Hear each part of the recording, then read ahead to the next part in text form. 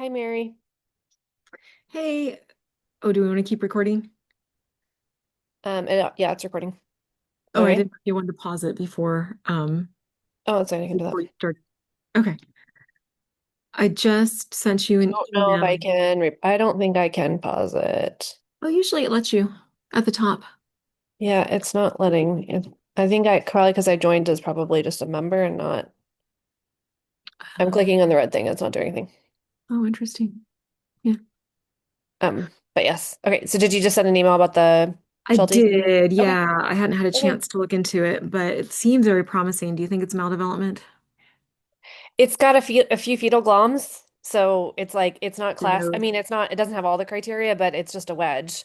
So it has like 65 gloms, like two or three are fetal, two have like glomerulocystic atrophy kind of situation. Mm, So it's probably that, especially given the history. yeah, But the regions of absence of tubules and all that stuff are not there. right. Well, So given that it's not proteinuric and it is azotemic for its age, breed, whatever, and it is so young, I think it's fits pretty nicely. So okay, so you're going to email them to say we have a study, so then I can follow up with the report. I just don't want to offer the study if there's. yeah, the email was I'm happy to do that if you'd prefer, or if you wanted to add it when you give the prelim, that would be fine too. So It sounds study like budget. this guy is a like more of a primary care. He was just in there for I think it was a spay, but uh so I guess maybe just to it would be nice if I guess if you did it as the PI to see if Okay. they're even interested because they'll still have to get I mean I The guess we can get DNA from that step, but you would need blood, right? no, we Still need the biofluids. Yeah. biofluids. Yeah. So Okay. I would, yeah, if you want to email them, give them the flyer and say that, and then that way we can, and also have us on the email or whatever, and then just say that because if you didn't want to do that, then I don't think the EM would really be that interesting. I would actually say that the EM should Right. go, we should take whatever sample and do it for histology to look for those regions of, paucity of tubules. Well, we could still do that. The with the grant, I didn't budget for EM for everything or for Okay. really most of them because we were targeting maldevelopment.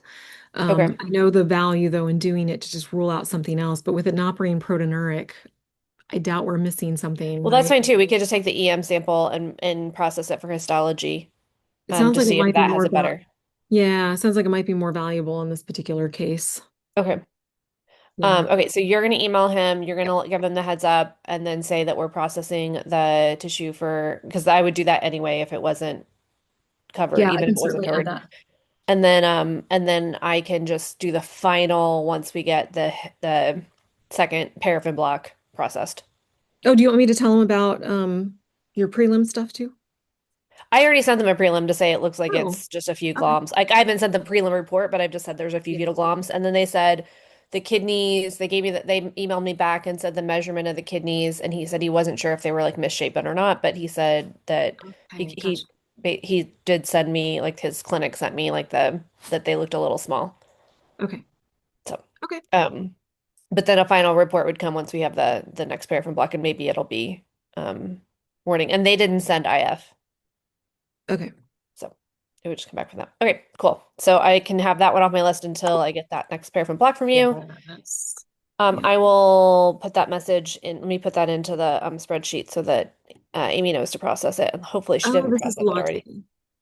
Yeah, Yeah. latte.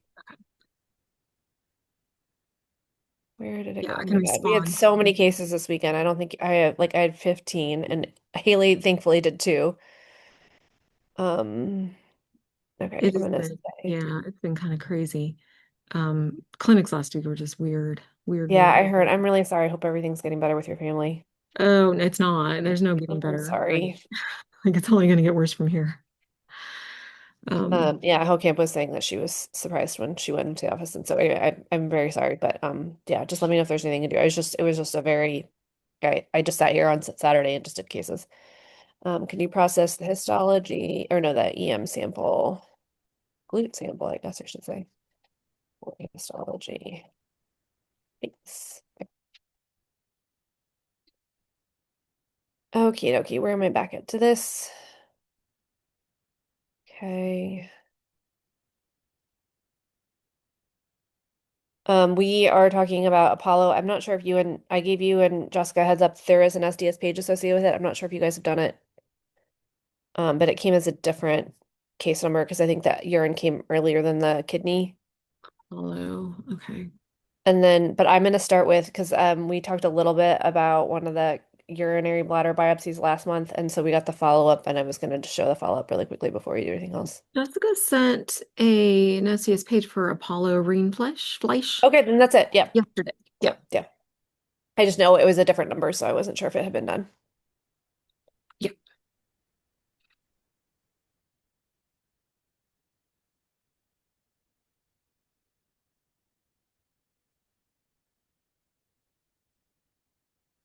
Okie dokie.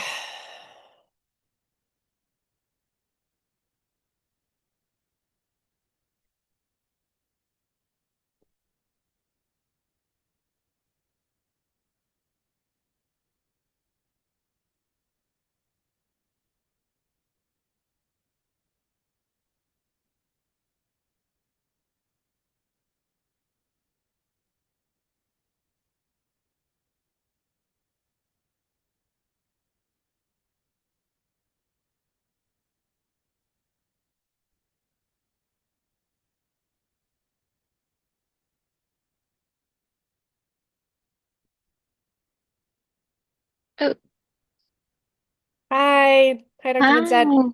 hi. I know we're discussing your case. I was going to do a really quick recap from a case we did last month where we looked at the urinary bladder and we kind of got more bladder tissue. So I was going to quickly show the bladder as a follow-up from last month, and then we can start with your case. So there's no immediate rush for you to be ready to chit chat. Amazing. Amazing. And it's good to see you again. I How is know. Good so to see you. you've left Langston and now you're up north? I have, yeah, I'm in Madison. Okay. Yeah, so I've abandoned the Ohio team. But yeah, having Abandoned fun. isn't the right word. You've grown, you've I've expanded. grown. Yeah, I've made my own service and world. So, although ironically, this is my mug today. So, I was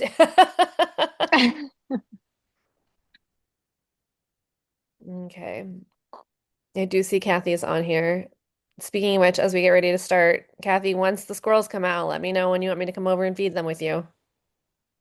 Oh, they're out. Okay, And there's a white I'm one. free most nights. Like I can feed squirrels whenever you want to sit on your porch. Okay. Swell. That makes Okay. So it's just now starting to be one. We are recording. People are joining. I'm gonna do a couple of housekeeping pieces of information first. And then we are going to quickly look at a urinary bladder that is a follow-up from last month that we had looked at last month, and we got more tissue in the interim. So I'm going to show you the results of those, and then we'll move on to the case, which is a kidney biopsy from Dr. Finstead. Housekeeping, we do these every month. They are the third Tuesday of the month. And they are at this time slot. If you realize or recognize that you're not getting invitations, it is possibly because Outlook has kicked you off the list for no apparent reason. I do get some bounce backs. Usually it's, I think, because people have left programs. So if get a bounce back, I try to delete you off the list so I can keep it like a clean list. But if you notice you haven't gotten an invitation within, a couple of months, please feel free to reach out to any of us at the IVRPS, and we can re-add you to the list. And we appreciate the breadth of cases that are requested since we now look at urinary samples, not just kidney, but also lower urinary tract. We're trying to filter those into round sessions as well, so that we can get recognition for the type of services we provide for those. Um, Please, I think we all come off as being pretty nice people. I don't think any of us have ever been called rude in our entire lives, except for probably when I was a teenager. Just feel free to ever reach out. We're really good about making sure that we get access to as many clinicians as possible, and share the types of cases we have, because we are very lucky that we get we get the best of the best cases. Like we get best quality because the samples are biopsies usually. We get really good histories and we get really good clientele. So we are fortunate for that. Okay, so those two things. March will have there is a lower urinary tract symposium in March. If any of you are attending, that's great. I'm not sure there is both a virtual and an in-person version. I'm not sure the virtual scenario immediately because a lot of people are not local. Or international, I guess I should say. So if you haven't registered and you want more information about that, then please reach out to us. We can put you in contact with the right people. It is next month, but it will not interfere with this session. So we will be able to have rounds in March. Anything else, Dr. Navity, that you can think of at this point in time? Nope. Okay. I'm quickly going to share with you a uh, the histology. So last month we quickly talked about we talked about two urinary bladder cases, or I guess urinary samples, and one of them was a very atypical urothelial proliferation that was a cystoscopic sample that had been sent to the IVRPS. It had a high mitotic count. It had very atypical nuclei, very karyomegalic cells. And so they had taken the a cystoscopic sample and sent it to us, but they had accidentally sent the excisional biopsy sample to Colorado State Diagnostic Lab. So my sample was very atypical urothelium, but I did not have really good evidence of invasion past the mucosal layer. So based on that, I was only able to call it a grade 2 if you're using that grading system that is the current one that exists in the book. So grade 2 or low grade. Low grade versus high grade as whether or not it's invaded. And then if you do the four category grading system, grade 2 is it's atypical, but it still has not invaded. So we got histology, and I hope you guys can see this region that I'm focusing on. I'm gonna zoom out. So this area here is our region of invasion. You can see it's really close to the detrusor muscle bundles right here. But if we zoom out, we can see that actually most of the mass is exophytic, right? So if we got a cystoscopic sample, we got little grazings of part on the surface. And so a lot of this, and it's even, following around the surface of the urinary bladder at this top area. So all this is way too thick, and it also has that atypical proliferating cell population. But if we're actually looking for areas that have truly invaded, this is what qualifies down here. I did discuss this with Dr. McLeland and Dr. Amerman because we all were looking at these little structures and saying, are these in lymphatics or are these just areas that have retracted away from the collagen? And we can't definitively tell. This would be a lot of lymphatics if this were truly if this were truly a lymphatic invasion, it'd be like a ton of lymphatics all in this region, which isn't really anatomically correct. So some of these are probably retracted away from their collagen support system. I don't know why I said support system, but that's what I said. But it's very possible that some of these also could be in lymphatics. It's also a urothelial carcinoma. It has a lot of atypia. Even in these little invasive areas, we can pick up mitoses. We can pick up huge nuclei, multiple nucleoli. So it's a very aggressive looking urothelial carcinoma. So it's probably not going to be a surprise if it has truly invaded lymphatics and gone elsewhere in the abdomen at this point. But I just think it's interesting to show, and I think I'll probably show this maybe as an example at LUTS, of the difference between what a cystoscopic sample can provide versus the tissue sample. Obviously, you guys are going to do cystoscopic samples for your original evaluation of the urinary bladder. Sometimes you do it therapeutically as well.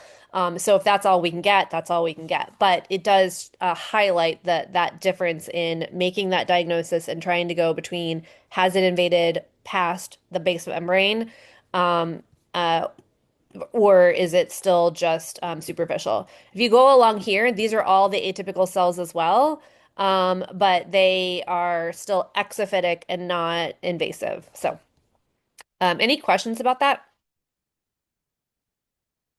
I don't think Dr. Gordon and Dr. Creighton were on here, so I'm not sure what the update on this dog is clinically, but I will ask them and see if they have more information. And if so, I will provide it via email. Okay, so I'm going to stop sharing that. We do have a kidney biopsy case to talk about today. And as you're discussing the clinical stuff, I'm going to get the slides uploaded. So I'm going to take my camera off for a moment.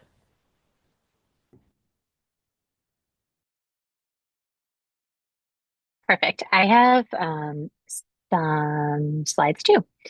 Okay, let's see.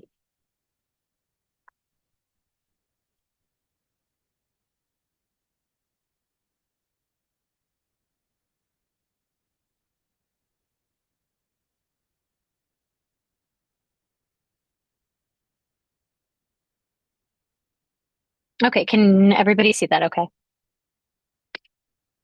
I'm hoping Yep. it's shared, right? Yep. Okay, Is that great. really him? Yes, and this case is Oh, sad, and this is my he's warning in very adorable. advance. Why does he Yeah, have to be so cute?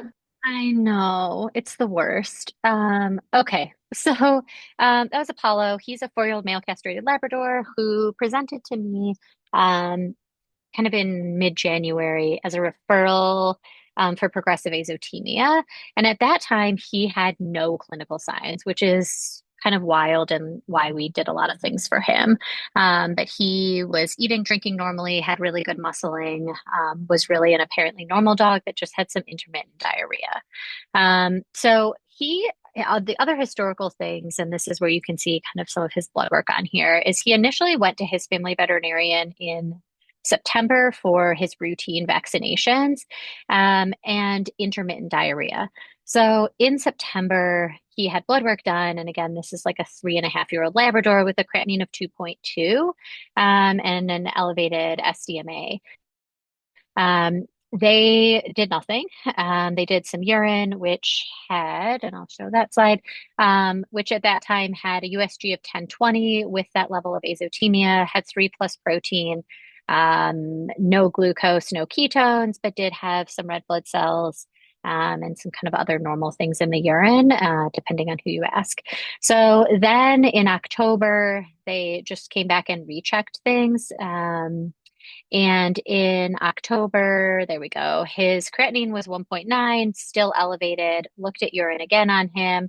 His albumin was a little bit low at that time, and he had persistent proteinuria again. They did an ultrasound at that time. And these are just some images of his ultrasound that I wanted to make sure that I compared to everybody too, that I think is important. I'm sorry, it was actually in September that they did the ultrasound, and he had apparently normal kidneys that were measuring 7.3 centimeters in length. When I saw him on January 20th, we re-imaged him, and his kidney size had dropped pretty significantly. He still had, I'm going to call it relatively normal echogenicity and some cortical medullary distinction, although I think his kidneys look a little bit uglier than they did the 18th, subjectively.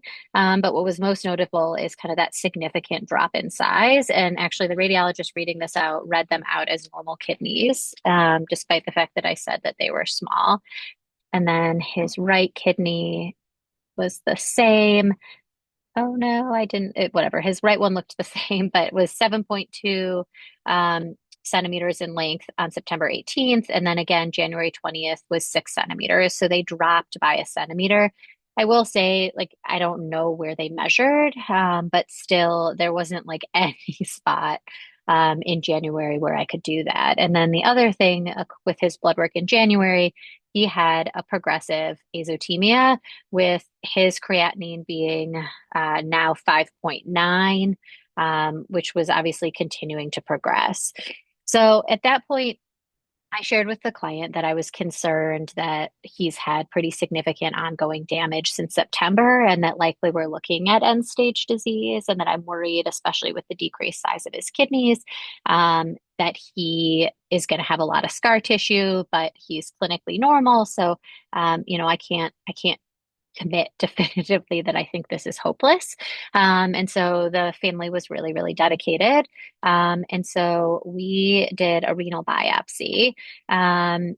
Oh, I'm sorry. We also did an SDS page, which we got the results of yesterday. And I'll come back to that, I think, in a second. Because I did want to talk about the renal biopsy. We did like a pretty normal sedation protocol and used an ultrasounded guided percutaneous using an ultrasound probe guide. The biggest thing that we noticed, he's a big dog, which made it challenging, but his kidneys were pretty significantly firm. And we haven't done kind of the team of me and my sonographer haven't done a ton of renal biopsies, but we've at least done like a couple. And I've done probably a couple more than he has. And this one, we were having quite a bit of trouble getting into the renal capsule and getting a really big biopsy. And so that was something that we were displeased about and kind of concerning for our long-term prognosis on this patient. So I'll go back to the SDS page, and I know these are renal path rounds, but I at least think it's worth noting. Oh yeah, and Um, they're here. Dr. Hokamp and Dr. Nabedy are here. So okay, perfect, Yeah, perfect. sorry, I was late jumping on. No, you're totally fine. So have these results, and then I pulled up this like beautiful thing that you guys made for us from one of your lectures because I always pull that up and compare it to kind of get an idea before I look at your results. But so his banding patterns were really concerning for glomerular disease, which was kind of as we get into the biopsy, I'm glad we did and provided us some good information. And he did have evidence of a little bit of tubular damage, but I think not overly concerning on based on this. Is that what you guys would agree with?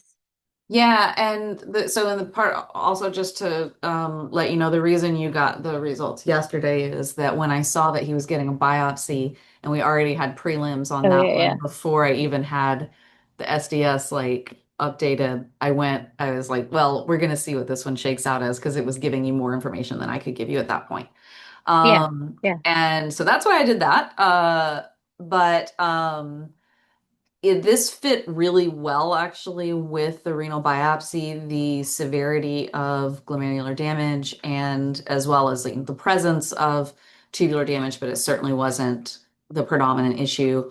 And then the other part of the reason that I had paused on it is that I saw that there are, although they're faint, there are several bands above 200 kilodaltons. And since I knew you got a biopsy, I was like, ugh, I want to sit on this and see if Rachel says that yeah, this is ICGN or something because they're Yeah. so faint that I was like, I'm going to give her a really wishy-washy answer at this point. Oh, that checks out. So we got his biopsy and submitted it, and I submitted a little bit of a note, what I'm going to call my panicked note of I'm really worried about this dog declining further. So to kind of rush things as much as we can, and we got samples, and I think one of the things that we wanted to talk a little bit more about, and I'll let the pathology team talk more about it, but was the discussion that the cores that we got a lot of glomeruli, or I would say adequate glomeruli to get a diagnosis. And then they were subcortical, subcapsular. subcapsule, Yeah. wrong word. Yep, subcapsular samples. And so we were discussing kind of what that means, how we can interpret that in this particular patient, and is it like a useful global view of what the kidneys are doing versus like, is that kind of the most outside portion of the kidney and they look a little bit worse? And so that was, and I know I told you in our nephro rounds with Dr. Langston and Dr. Spillane and um, Sandy too, we were hypothesizing that the reason that you'll see a change with the subcapsular is just because it's more susceptible to hypoxemic damage or just damage in general. And so, you see that maybe it's a falsely bad appearance to the glomeruli that may not be representative of the entire renal pathology? It was our hypothesis correct that that's what you guys get worried about? Yeah, and I think so I can share the slides so you guys can get like Yeah. an actual moving view of what happens. Now let So, me get out of this. so we get kidney biopsies. I think it's interesting to have the note that it was a very firm kidney. We all get comments from veterinarians that are biopsying like maldeveloped kidneys, that they could be firm, and that's oftentimes because maldevelopment has large regions of collagen and very little like they can have large regions of collagen that lack tubules. And so oftentimes that will be a comment from clinicians who are, and it's very possible this dog also has some degree of abnormally developed kidneys, although his original ultrasound was much better and looked like a normal kidney. But that's usually when we'll get information from the veterinarian. So this was a really hard kidney to biopsy.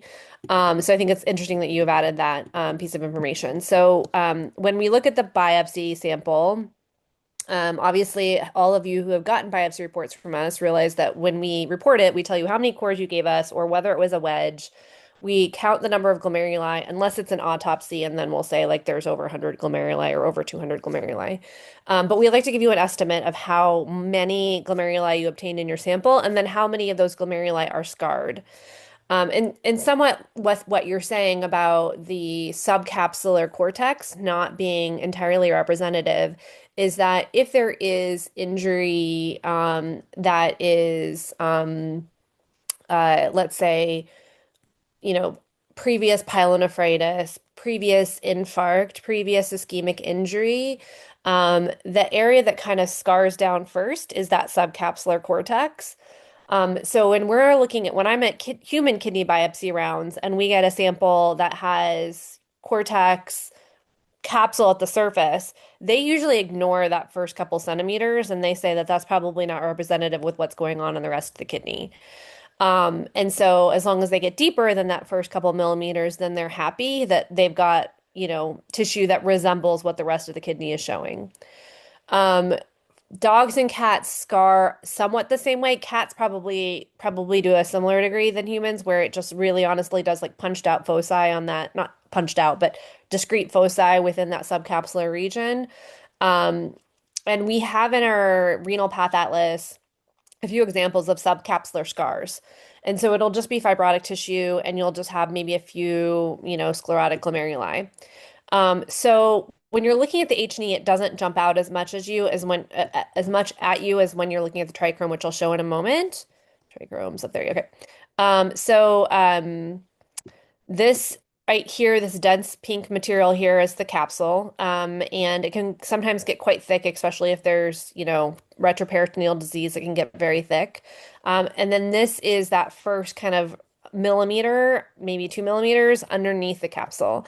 And we can see that there are glomeruli here, and it's kind of like the needle probably bounced and did like a glancing blow across the cortex as opposed to going from cortex into towards the deeper regions of the cortex. So that's one of the areas. This is another area that has capsule, has that similar region of subcapsular cortex. And this one does get a little bit more of the deeper tissue as it's kind of going along that area. But I'm going to tell you that this area here is probably like the only healthy tubules we have. So all the rest of them, I think there might be another focus up here that has, okay, this is probably like one or two healthy nephrons, and then everything else is affiliated with the scar tissue. So you actually can see individual residual viable nephrons, and then the adjacent stuff is the stuff that's undergoing degeneration, it's undergoing atrophy, and there's, some degree of tubular necrosis and tubular epithelial cell loss. There's a good number of glomeruli, like you said, and I have it in the report. I can't remember. It's still 60% of the glomeruli were globally sclerotic. So even though we got a lot of gloms, a lot of them are going to look like this, which is basically just tiny little nests of collagen and a few cells. These are a little bit easier to pick out with the special stains. I think sometimes when you're only looking at H&E, these could kind of blend in with the background, especially when there's a lot of fibrosis. So you might not be able to pick them up if you're looking at just an H&E. But if you go to a PAS, you're going to be able to see, okay, here is our one region of good, healthy, probably healthy nephrons. Probably have another focus around here. Remember, we're looking at a slightly different, deeper view, so we're going to be cutting in and out of nephrons. Here's our globally sclerotic glomerulus. So it's just basically a ball of basement membrane matrix. It's no viable capillary loops. Nothing is patent anymore. We have a few cells in here. over time, if this glomerulus had not been biopsied and removed from the kidney, those cells would undergo atrophy and die as well. And so you would only have a few nuclei in these little foci. So once you start to pick out these denser pink ones, you can see there's actually a lot of them in this kidney. So right here we already have 5 or 6, 7, 8 globally sclerotic glomeruli. This glomerulus is very weirdly shaped. This often happens when you have tiny little adhesions between the glomerular tuft and Bowman's capsule. And then Bowman's capsule secondarily dilates, probably because nephron obstruction down deeper. And so it has a tiny little synechia, and as the Bowman's capsule dilates and the glomerular tuft shrinks, it has these little tiny tendrils that stick out and attach, and they have these really abnormal shapes. This guy's probably filtering a little bit, but whatever he's filtering is still getting stuck in Bowman's capsule, so it's not really leaving the body. If we go over to here, we have one that is probably filtering. It does have patent capillary loops. He still has evidence of abnormalities. We have effacement of peripheral capillary loops in this one area near the hilus. What's the Yep. plan for this? Huh? I'm gonna send the book off. Okay, just you take them. Oh, sorry.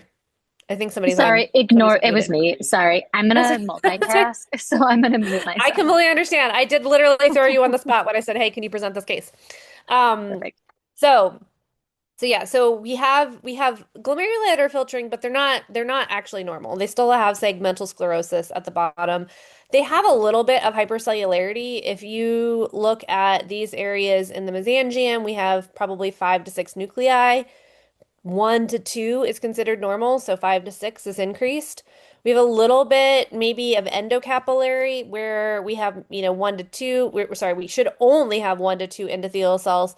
And this guy, we're repeatedly having like 2, maybe even 3 nuclei in some of the capillary lumens. Here's 2, here's 2, there's 2 over there. So there's just a little bit of endocapillary hypercellularity, more prominent mesangial hypercellularity. And uh, those are the glomeruli, as for pathologists in this call, these are the glomeruli. The ones that are filtering are the ones you want to look at. You just take note of the ones that are sclerotic and the ones that are weirdly shapen and have that cystic dilation. You look at them, you count them, but you don't analyze them because whatever's happening is gonna be severe in that glomerulus. So you really want to focus on when you're trying to get your diagnosis, looking at the ones that at least look like they're doing some type of filtration. Hey Rachel. Yep. Hey Ashraf. Hi.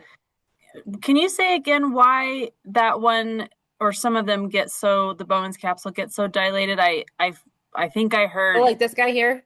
Yeah, I thought I heard an obstruction farther down, He's but probably, yeah, his nephron further down has either undergone atrophy so that nothing can come out, or sometimes we have detachment of proximal tubule from the glomerular tuft itself. got So it. so either way, it's like nothing can go down and stuff gets full through the whole nephron, or if there's tubular injury right at that junction, they can detach from one another, and then anything that's made in Bowman's capsule stays in Bowman's capsule. Anything that Got it. happens in Bowman's capsule stays there. Okay, got That's it. the Thank Vegas you. of the glomerular world. Yeah. Okay, we could figure that out by serially sectioning. And so if we were doing this from a research perspective, we would serially section the entire glomerulus all the way through that dilated capsule and say, yeah, we truly never saw a connection. Therefore, we actually even call it an atubular glomerulus, atubular, non-tubular. Both of those happen with chronic kidney disease. Thank you. You're welcome. Thank you for participating. We've got another glomerulus here. Again, mesangial hypercellularity. Again, the endocapillary hypercellularity is very mild and segmental. Like it's just maybe 1 or 2 capillaries. We have a few extra nuclei. These podocytes do not look happy. Look how prominent and large this nucleus is. It's very much oriented to the urinary space. And then we have protein droplets. Probably this right here is a parietal epithelial cell because he's along Bowman's capsule and we've got all those little protein droplets. So the proteinuria is definitely supported by the histology. We definitely are trying to reabsorb whatever is leaky across the GBM. What else? Let's see. What else can we point out? Here's another dilated Bowman's capsule. Um, and look at all that. This one probably truly is a tubular glomerulus. Look at how much fibrosis is encircling this glomerulus. There's just a lot of periglomerular fibrosis. And you said that you really only see if this is more chronic in nature as opposed to acute in nature, and it was having an obstruction of the nephron, or can you see it either way? It's So I would say that whatever hit this glomerulus hit it a while ago. Now, it could be that the disease is slowly progressive, and so this is the one that was accidentally insulted or, happenstance to be insulted very early. And so we still have active lesions elsewhere, but in this particular glomerulus, this guy's old standing. So I think that's a little bit hard for us whenever we say acute, chronic. Sometimes they even say like we use the clinical term acute on chronic, um, and that can be supported by clinical diagnosis. Sometimes I'll say protracted, or sometimes I'll say acute superimposed on to show like there's been stuff going on for a long time, but now this guy's damaged a while ago, and then the other guys with uh, just more mild hypercellularity and thickened GBM are probably more recently insulted. We're on that second core now, and look how many glomeruli are globally sclerotic. So we had, and I think it was about 60% of the glomeruli were globally sclerotic in the sample. Um, okay, I do want to show you the trichrome. The trichrome is going to show us the fibrosis. So that's really going to highlight the areas of subcapsular scarring. And it's going to show you we've got this tubule here. These probably are maybe 1 to 2 nephrons represented right there. But all of this tissue out here has separation of the tubular epithelial cells or the tubular profiles by fibrosis. So instead of tubules being back to back, which is what we want, let's go to our normal. Here's our normal. We have one tubule, he's healthy. He's immediately adjacent to another healthy tubule, who's immediately adjacent to another healthy tubule. That's our healthy nephron. That's what we want to see. But if we go over here, we have wide distances between our tubule that's undergoing atrophy and his neighbor.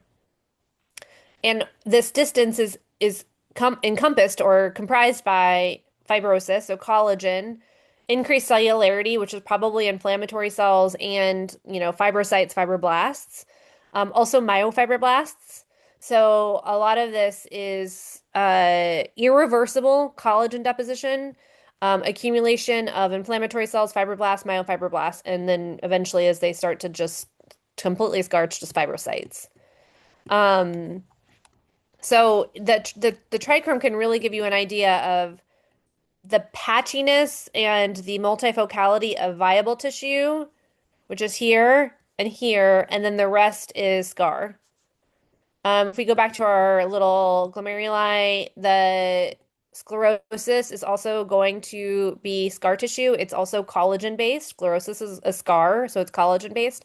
So you're going to see increased blue staining with the trichrome on the glomerulus. I don't see, sometimes we're lucky and we can see immune complexes with the trichrome. I couldn't be convinced with this trichrome. And don't think the silver told us that much. It does show again, here's our healthy nephron. Here is our scarred tissue. If we look at the glomerular basement membrane, and there's tiny little bits of irregularities. I would say, yeah, I would look at this and I'd be like, something's weird. This is not a completely smooth contour. So I could see based on this that I would be concerned for remodeling of the GBM. And by this time, we already had the immunofluorescence back, so I was able to support it with my immunofluorescence results. But for those of you guys who get lots of reports from me, you know that I like to look at the Jones and look for spikes, which are little tiny projections towards the urinary space, or holes, which are kind of what these are. So see how it's like a circle, and then the whole part, that little clear space, represents where a immune complex would be. So these tiny little discrete holes are not normal. They are not capillary loops. They're just tiny little bits of GBM that's making a circle, and the circle is around a non-staining immunoglobulin or immune complex. So I will show you the IF to prove that I'm right. But if I had just had the Jones and I didn't have the IF and the EM, I'd be like, possibly, like it might be immune complex. I'd say it's supportive of, but not diagnostic for. I'd give you guys like a really like hedge, like, sit on the hedge and like hypothesize. But we're lucky because we have all the extra studies. Here's another little discrete hole. So that's probably that little clear space in there is probably an immune complex. Are there any questions about the histology Yeah, besides what other questions have already popped up? Yep. I have a quick question. So you say that the holes are not diagnostic for immune complex deposition. What else could be taking up space there that would be a differential if you didn't have IF? That's a good question. So let me say it this way. If I had those holes and they were all throughout all the segments of the glomeruli and they were in multiple glomeruli, then I would be convinced. It's that segmental nature and the fact that I saw it on one and two gloms that I'm like, oh, I'm not willing to like bet the house on that. But if it was that discrete hole and they were everywhere, then I can call it without immunofluorescence and EM. Does that answer your question? Yeah, so to your knowledge, there is nothing else. If that was a reliable finding across many glomeruli, there is nothing else that could or would be sitting there that would not be an immune complex. Correct. I will say that in humans, they have these really weird types of immune components that can get deposited there. And so they're not true complexes. Got They it. are complement proteins. There are other things that we know in Sure. humans because we have better molecular diagnostic skills. But it probably would still be something that needs to be immunosuppressed. So we're kind of okay with that. Yeah. In humans, they have this weird membranous pattern, which is just spherules. And so, like, whatever protein is making the spherules, like on EM, it looks like not even microtubules. It looks like globular things. It's very interesting. So like there are some of these very weird, like rare things that we know because we've done so much molecular dissection of what they are. Humans can have complement-based deposits that would do that, and they would not be immunoglobulin based. Um, Probably happens in dogs, but we don't know. Does that help? Yeah, and that helps. And the reason I'm Okay. asking is because some of these things may be immune mediated, where it would be helpful still to augment that process, but those could theoretically be IF negative, right? Correct. They would be. Yes. They would be because so Yep. it's just helpful for me to think about systematically. So thank you. That's Yeah, really and helpful. oftentimes when we do these, I try to give the histology. I usually get the histology before I got the IF. We were really lucky to get kind of the Jones at the same time we got the immunofluorescence results back. And so I could kind of report it all out together. I think I even did all of it together because we got the EM pat pretty fast. Like this was a pretty fast case turnaround. And so if I just have a histology and it's like hole, spike, spike, spike all over, and even the trichrome has like the red dots, I try my best to give you guys the opportunity to cancel the rest of the tests so we can save the owner some money. And oftentimes people do, some people don't. Like we go through everything. So there are times when I know based on the diffuseness and the global nature, the global and yeah, diffuse nature of those features that it's got to that in dogs it's 99% sure it's going to be immune complexes there. We don't know enough about the other types of diseases to tell you.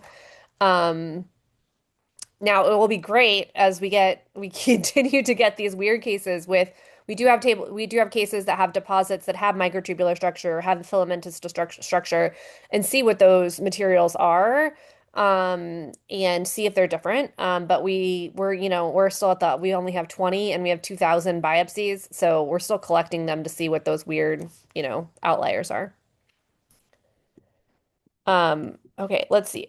So I guess everybody should hopefully at this point be impressed with how much fibrosis there is and the fact that you can kind of see we have three regions out of this whole section that has somewhat normal nephrons and then the rest is scar. So when I originally got just the H&E and the PAS back, I would give them the estimate that we had a lot of glomeruli that were globally sclerotic. So those globally sclerotic ones, and even these atrophic ones with the dilated Bowman's capsules, they're not going to be functional and contributing to urine. Um, they are going to be non-functional glomeruli. So that's why we give you the estimate of how many are globally sclerotic. And so I said, well, I'm not sure. It's very possible that this is a very scarred kidney, which now that we know what happened on the ultrasound and I found out the information about the kidney almost shrinking in size over that course of the few months, that's probably what it was. But I also like to put the caveat on, hey, if this dog's serum creatinine was only 1.2 and I got, this region up here, and that's all I got from my biopsy, maybe I just got a tiny bit of a non-representative scarred region and the rest of the kidney's doing fine. If the creat had been normal, I'd be like, okay, we probably just accidentally got scar tissue, and the rest of the kidney looks more, I mean, still has segmental sclerosis and abnormal glomeruli, but not completely scarred glomeruli. So I at least emailed that back to them as quickly as I could. And then we got let me stop for a moment so I can get the IF pulled up. One second. I have to make sure I have it on the right folder. Okay, so we got the IF, and I think I emailed you just to say, hey, it looks like it's positive, but I wanted to wait for the EM before I fully put out the report. Now I have to just share this, so share that. Okay. So when we do immunofluorescence, we are limited in what we can stain for in dogs and even more so in cats. We stain for immunoglobulins, so the heavy chains we stain for are IgG, IgM, IgA. We stain for the light chain, which is lambda. Dogs don't make that much kappa, or our antibody labeling kappa is very poor. I'm not sure which. We pretty much, based on the literature, thought dogs don't make a lot of kappa light chain. Although discussion with Colorado State, they might make more than we think, or maybe their kappa light chain is just a little different. So it's very possible that we just don't run the kappa light chain anymore because it never really was positive. Our lambda light chain is usually pretty good and reacts with the immunoglobulins pretty well. And it's also, I assure to everybody, the lambda light chain that we use is a commercially available IF antibody against human lambda light chain, and it cross-reacts very well with dog and cat lambda light chain. So we just buy the antibody that's directed against human lambda light chain, and we can use it in the other species. C3 is going to show us there's activation of the complement system, and you can see that there's a little bit of granularity. That's the most important part, is looking for these tiny little dots. Let's see. I think this is all I'm going to do. Okay. And then so there's at least some activation of the complement system. The IgG is a lot better. Each of these little discrete dots. I'm gonna make you a little bit bigger, guy. Okay. Each of these discrete dit dots represents an immunoglobulin-based complement or immunoglobulin-based deposit. So the pattern is very important. The dot dot dot is very important.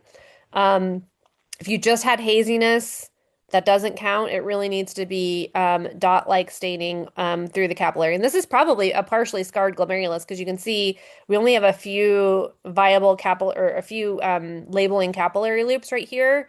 These guys out here are probably podocytes, the ones that are kind of this blurry thing. It's just background staining for that. But the dit dots are very important for the IgG, and they are also dit dots. They're dit dotting themselves. Oops, sorry, that's not what I wanted to do. Oh, sorry, one second. They're dit dotting themselves for the lambda light chain. So again, each immunoglobulin has the heavy chain light chain, and that one also has some dit dots. So based on this, I was like, I'm kind of concerned that there might be immune complexes here. And then we did electron microscopy and got it back like a couple days later. Let me open that. So as you guys are seeing, as we're kind of getting through this, this is a case that's good to discuss because it has a lot of chronicity, and so it'd be nice to know what to do with this dog from here on out. But we were able to get an idea of what the original cause was. I think the better one is on, hold on. There's here. Let me get I like the better one, the other glomerulus. I know I'm talking to myself. That's what I do. I'm old. I'm turning into my mother. Okay. So we got 2 glomeruli for uh, ultrastructural evaluation, and both had regions of sclerosis. So they both had areas where they were scarred down and adhered even to Bowman's capsule. But I hope you guys can see that there are these tiny little electron dense deposits that are located in subendothelial zones. This is probably near a mesangial region. And that one, it's a little bit, I have to tweak it. You guys are going to see what I do when I'm trying to do the reports now. I have to make it a little bit darker. So then you can start to see these little deposits come up here in the mesangial regions as well. And so together with that and here's another little guy here, intramembranous. Here's a little guy who's intramembranous. Go away, guy. How do I want to, oh, I have to go this way. Get you away. Okay, so this little guy here is intramembranous. So having enough of those, having the concurrent immunofluorescence positivity with that granular staining, and having the segmental GBM remodeling, a little bit of mesangial hypercellularity. So this was an immune complex diagnosis. When we try to do patterns, when there are this much scarring in the glomerulus, I often just say sclerosing ICGN, because I want to communicate that it very well could have been membran or proliferative way back in the day. It could have been membranous, but this part, the main histologic feature is a sclerosis pattern. And so the sclerosis happens when the podocytes are injured. Why is this guy going away? Go away. So here's a good podocyte. I'm actually not doing any quiz questions today. I'm very disappointed in myself. I apologize. I should be asking more questions. Although participation in the audience has made it feel a little bit less stressful, so that's good.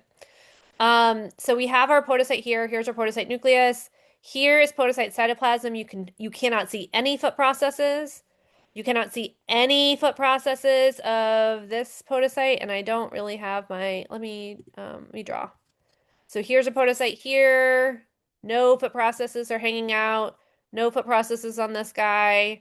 They're all effaced. That's the correct word. I think I'm not supposed to say the word fused.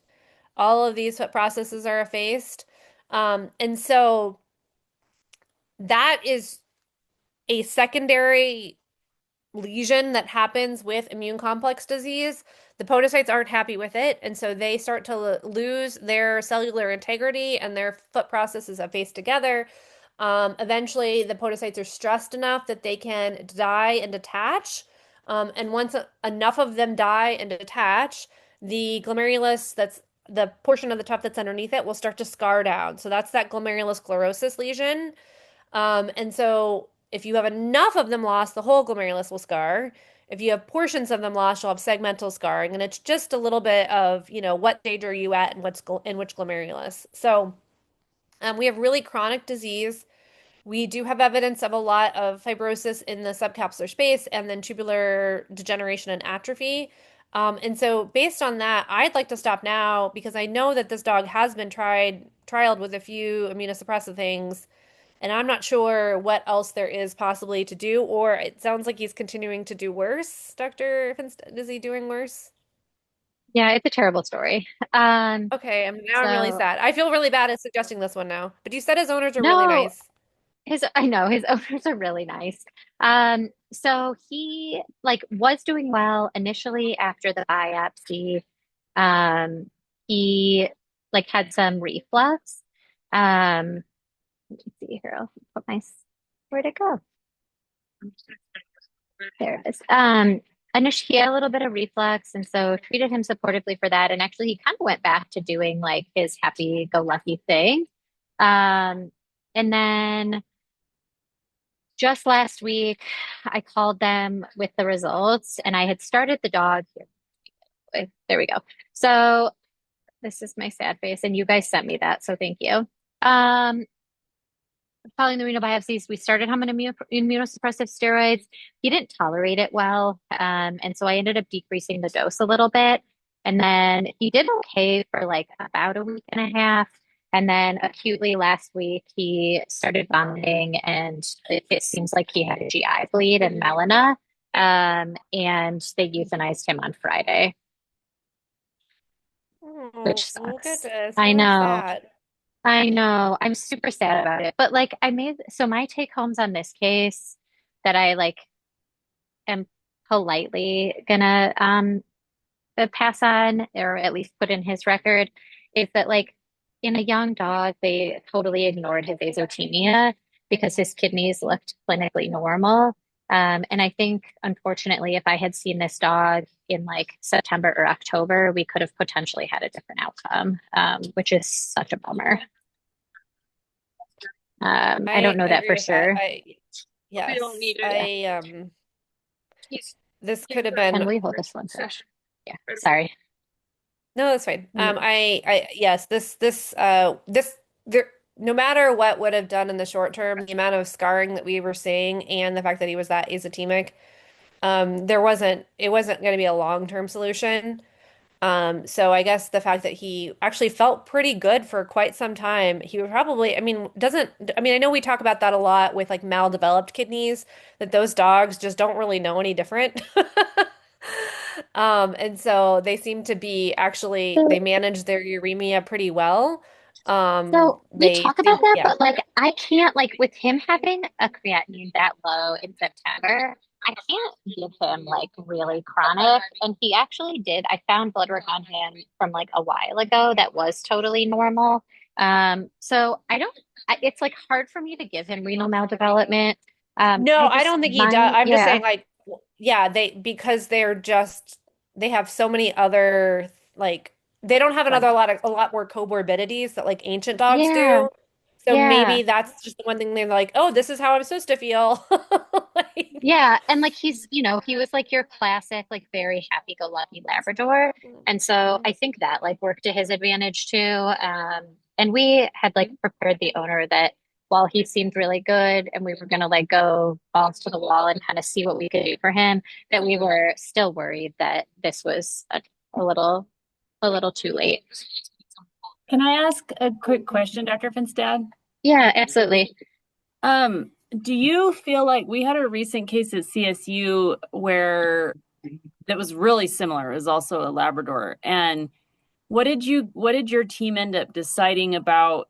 Because part of us felt that the biopsy itself caused an AKI and, led to the Yeah, patient ended up yeah. getting euthanized. So like, what was your kind of opinion between this is what he was going to do anyway, or it was kind of exacerbated by the biopsy?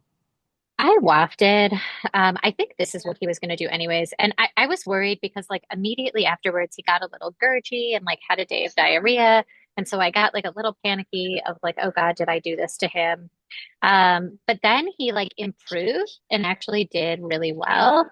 So I think, and like it seemed like he just had a little bit of reflux and like a little bit of GI upset. Like, could it have been a bit of an AKI? Maybe. Um, but a little bit unknown there. I was worried about that like, did I make it worse than not? I also started him on like a wimpy dose of telmisartan because I was like doing whatever I could to slow the progression. And I also kind of regret that in hindsight. Um, but I don't know. I think the discussion, it was like I put the discussion onto the owner and I said, it's possible that like, waiting to do the biopsy and that's going to make things worse. But the alternative is like, if best case scenario, this goes well, then we're like stuck with like pretty significant immunosuppressives, to like try and like basically then you're condemning this dog to a life of immunosuppressives. And so I put it on the client's choice and she was like, I'm not super excited about that thought. And so, they wanted to do the biopsy. Yeah, it's just interesting. It sounds really similar So because similar. Yeah. we also started telmisartan kind of around the time of the biopsy, and I wasn't super part of that discussion. Like later when we had kind of a little Yeah. baby M&M, I said I probably wouldn't have done that, but who knows? Like that's the And thing I I think is started a it little, after. That was like yeah, the wimpy thing that I did is like I waited to start clopidogrel and the telmisartan until after we did the biopsy. And I did see, yes, I'm done. We can get them on the table. Sorry, I was just replacing a dialysis pet's E-tube and I'm about to put him back on dialysis. Um, multitasking at its finest. So yeah, that was like one of the concerns that we had. Is like, did we create the storm? I felt a little bit better. Like, I'm really glad I did a biopsy for the owner and then selfishly for me too, knowing yeah, that like I think we had to treat because he had evidence of active disease and active inflammation and breakdown and like immune complexes. But I think it was like we were kind of going to be screwed no matter what. right, yeah. That's kind of what we ended up deciding on our dog as well. I was just curious what you guys kind of talked about afterwards because it always stinks when this happens. Yeah, it like feels terrible. And I'm grateful like Langston over and over like made me say to the owner that like he's gonna do bad and it's not because of the biopsy, it's because of the progression of his disease. And Right. so I had emphasized that a lot to the owner like before we even did the biopsy. And once we got like the preliminary results a week later where we saw 65% globally sclerotic, I actually called the owner and that was when I said, let's not like if he's feeling worse from the pred, let's kind of get him weaned off of that because I don't want him to feel worse. And we kind of shifted more to palliative care, knowing that he was really scarred, Yeah. Yeah. which was really sad. But so that's, and so of course, then I call and I'm like, oh my God, there was a ton of active immune cells. And they're like, we euthanized him. I'm like, oh my Oh, God. no. But they like, I think they're okay. They're really nice. They're just really sad. Yeah. I think, I mean, uh, communicating to the owner even after this, saying that, we discussed the case, and I think that also helps that think that it was an unusual enough of a situation, and that this was something that a lot of people were interested in, and like the sample itself, like it very well could have been if the dog had had a creat of 1.2, I'd be like, this is non-representative sample. I do think in the Yeah. report I had misstated because I think the blank that had the creat was from previous measurement or something like that. So I need to go back and edit the report so that it says what it was at the time of Yeah, that it was biopsy. bad. Yeah. Yeah. So anyway, but and I'll probably add in the fact that the comment that the kidneys felt really firm on the time at the time of biopsy as well, because I do think that actually Yeah. provides a lot more information too. Like if you guys feel like it's not a typical biopsy procedure and there's a lot more firmness to the tissue, then that can support the fact that there's a lot more collagen there. Um, so I'm sorry he didn't do well. It makes me It's sad okay. whenever I email people back and they're like, "Oh, he passed away," or but there's a lot of them where we get lots of information that they're still alive 3 or 5 years later. So that's always great too. Well, and I sent you guys a different case that was actually somewhat similar last month. And if I had had like been more on top of my life, we could have done both. And it's like a tale of two. Because the other one presented earlier on in the course of the Yeah. disease with a creatinine, I think it was 3.2, and that dog's actually having renal recovery. And its most recent creatinine Yay. was like 2.2, and the dog's thriving. It's not working. Okay, I'll help with it.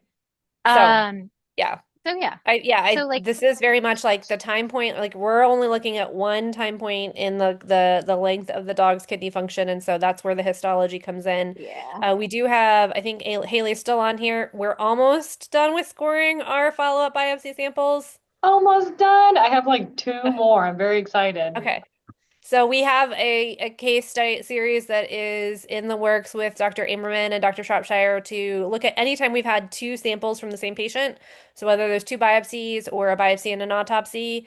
I think one animal has actually three samples. And so just to even see over time, can we see increases of fibrosis? Can we see increases of scar tissue? Are there diseases where we do see it? Are there diseases where we don't see it?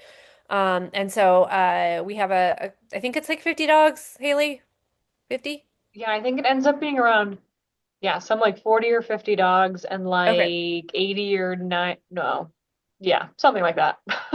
Yeah, it would be double that for the number of Yeah. cases, for example. So yes, so it will hopefully, I mean, even just any kind of information of what's the time frame we expect to see more fibrosis being deposited is going to be information like helpful information. So that is in the works. And anytime we've said this before, anytime you guys have an animal that maybe has a biopsy and then eventually does get euthanized, if we can take postmortem samples, that's helpful because we kind of do then kind of add it to our cohort of like, oh, this got a lot worse over the course of 5 months, or this actually stayed plateaued over the course of a few months. So that's always helpful, and those can get submitted, and then we process only what we want to process. So we can do it for no charge for the histology part, for the just like the H&E, because that's pretty inexpensive test for us to run. But then we would decide what else we want to do for the sample. So. Okay, well, thank you so much for being thrown on the spot when I emailed you last week to say this is a good one to talk about subcapsular samples and what the significance might be. And so No problem. I Thank hope you. everybody. We were literally contemplating it, so it worked out really well. Yeah, I will say in human biopsy rounds, if it's subcapsular, they don't look at it. Like they're like whatever, they move on to like the next field. So, I don't even know I don't even know how often they score or count the number of glomeruli in there. Some pathologists will include it in their overall count, some people won't.